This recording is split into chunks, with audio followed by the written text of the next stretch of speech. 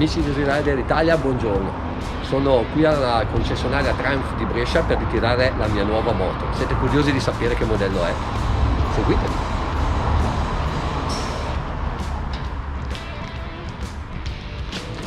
Ciao carissimo, tutto bene? Finalmente è arrivata. È arrivata, finalmente è arrivata, venite a vedere che razza di bestia. Il nuovo giocattolo. Fantastica. Stupenda, meravigliosa, bellissima. Ricordi noi che vi abbiamo fatto vedere.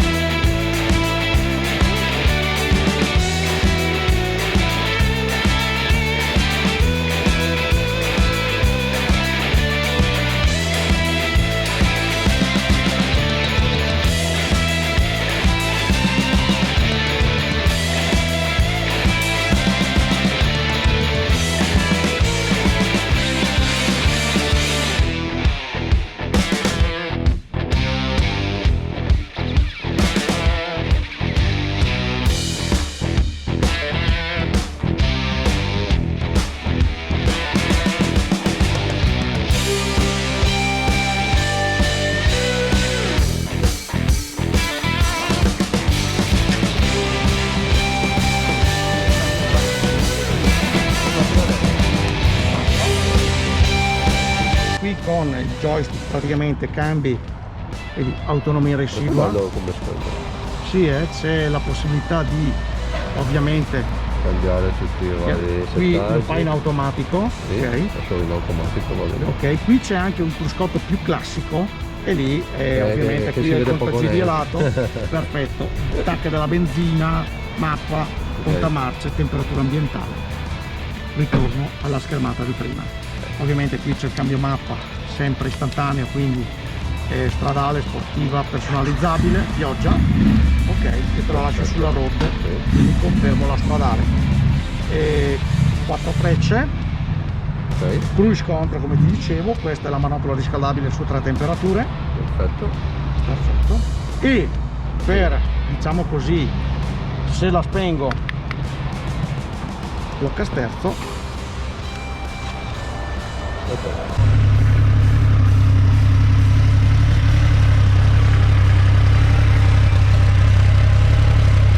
Non si passa inosservati stando in sella alla Rocket 3. La soddisfazione nel possederla viene esaltata dagli sguardi dei passanti che non esitano a fermarsi per poterla ammirare.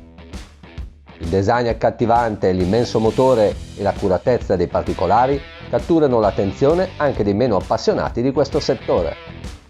I numeri riportati in termini prestazionali mettono curiosità nel volerla provare.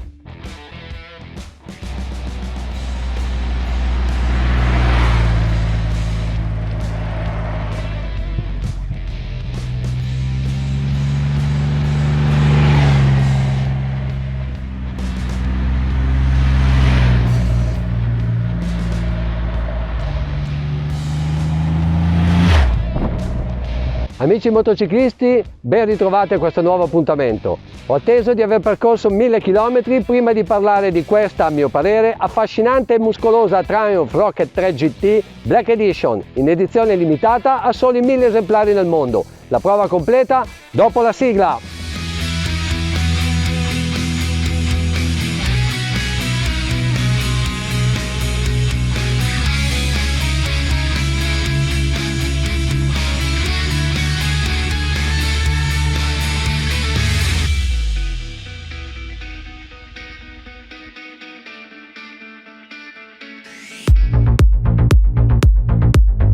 Personalmente non sono state le prestazioni che mi hanno impressionato tanto quanto la corposità e l'elasticità offerta da questo motore.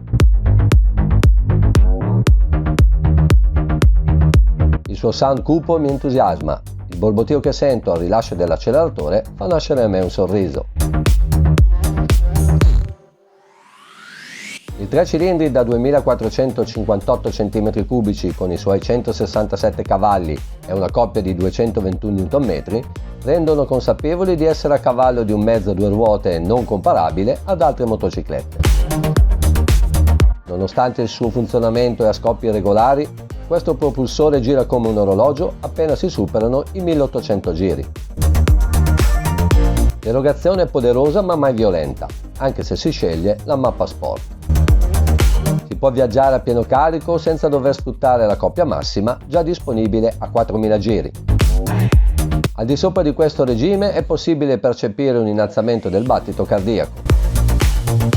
Il suo bilanciamento è vicino alla perfezione, nessuna vibrazione avvertibile in maniera fastidiosa su manubrio, sella o pedane. Il calore del motore è percepibile da fermo ma senza infastidire troppo. In marcia, anche a basse velocità, non crea nessun problema alle gambe o nella zona della seduta. Considerando di non sfruttare di continuo la sua coppia mostruosa, si possono percorrere 14-15 km per litro.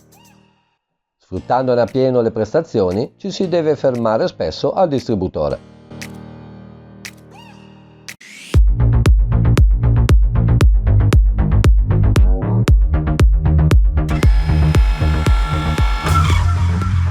Anche il comportamento della ciclistica non è paragonabile a una qualunque cruiser.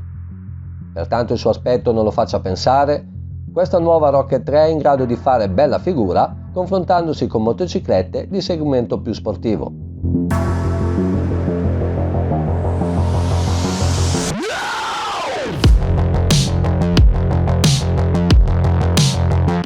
Il baricentro basso non fa sentire il suo peso di circa 294 kg neppure a moto ferma.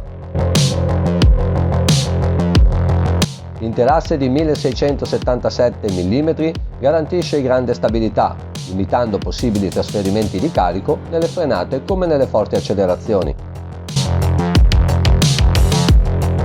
I pneumatici in misura 120/70 su cerchio da 17 all'anteriore e 240/50 su cerchio da 16 al posteriore garantiscono un appoggio ampio infondendo sicurezza anche spalancando il gas nelle massime pieghe possibili.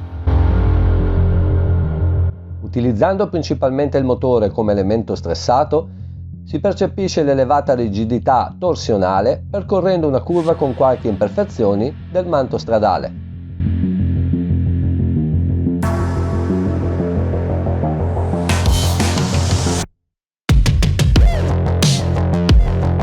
Le sospensioni hanno una taratura tendenzialmente rigida. La forcella è una Showa con steli da 47 mm e un'escursione di 120 mm. La sua regolazione è possibile sia in compressione che in estensione.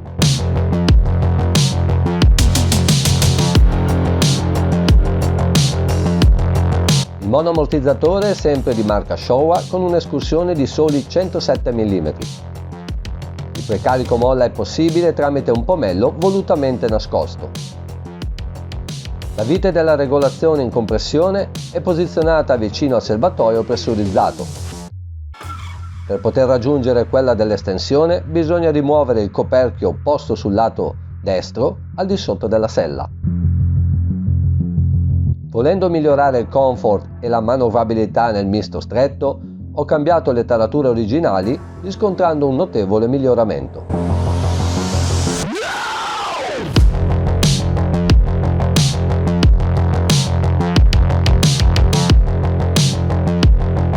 La moto ora non trasmette più scossoni al manubrio e alla colonna vertebrale quando si percorrono tratti di strada particolarmente dissestati. Ora anche più maneggevole, posso pennellare le curve in maniera più disinvolta senza preoccuparmi troppo del suo peso non indifferente.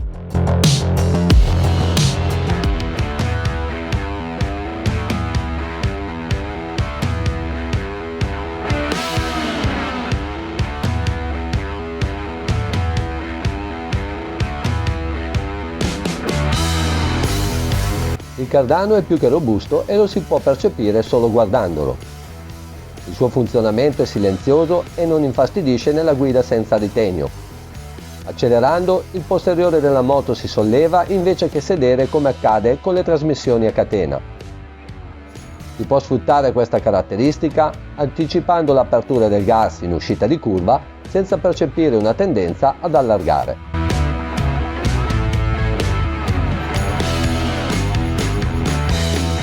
La frizione è morbida da azionare e non strappa. Il cambio ha innesti un poco secchi quando si viaggia ai bassi regimi. Rimane preciso e senza resistenze anche se maltrattato. La spaziatura è da sportiva. La rapportatura è tendenzialmente lunga ma adeguata alle caratteristiche del motore.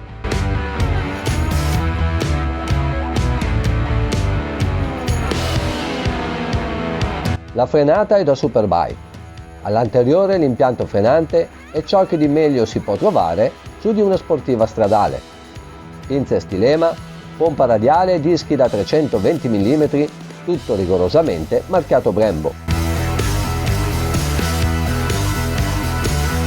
Al posteriore c'è una pinza Brembo 432 ad attacco radiale e 4 pistoncini che morde un disco da 300 mm. La sua funzione non si limita al solo bilanciamento, ma offre una forte azione frenante. I raccordi sono tutti rivestiti in treccia metallica.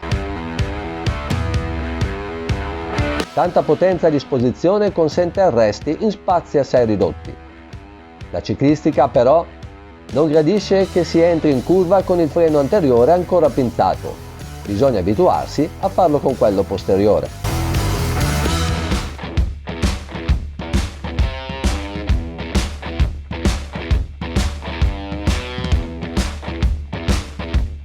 L'elettronica funziona egregiamente.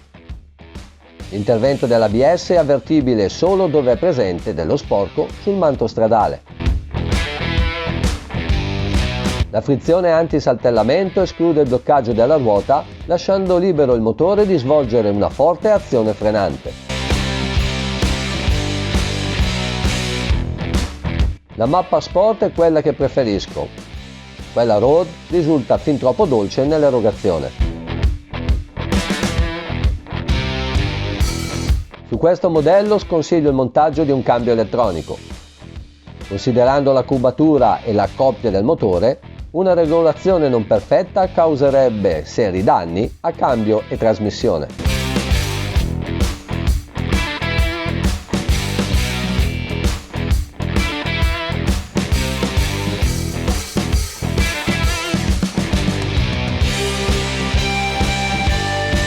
Il comfort è buono.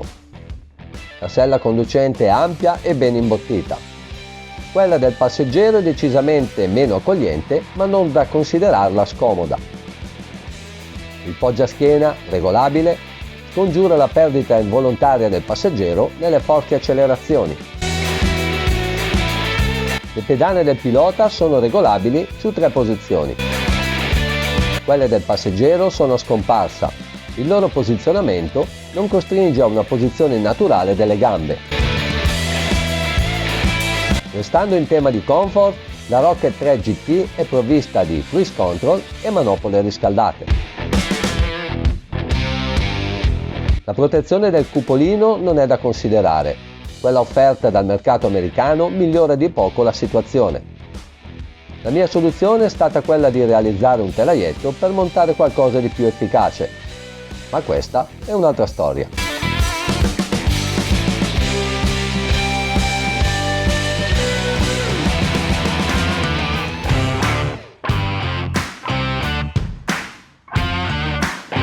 I proiettori a LED la rendono inconfondibile. Il fascio luminoso è ampio e profondo. Il fanalino di coda si integra perfettamente nella carrozzeria. I blocchetti sono gli stessi montati su altri modelli Triumph. Non manca la loro retroilluminazione.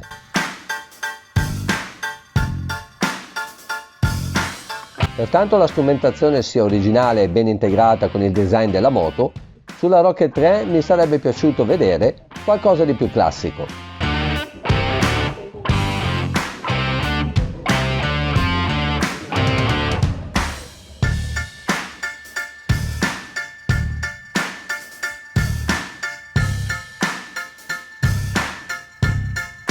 Amici, spero che la mia recensione vi sia piaciuta tanto quanto è stato per me la soddisfazione nell'averla fatta. Il fatto che questa moto sia stata prodotta in un numero limitato fa presupporre che non sia facile reperirne una. Se però vi riesce, non fatevela scappare. Un saluto da Jumbo Test e alla prossima!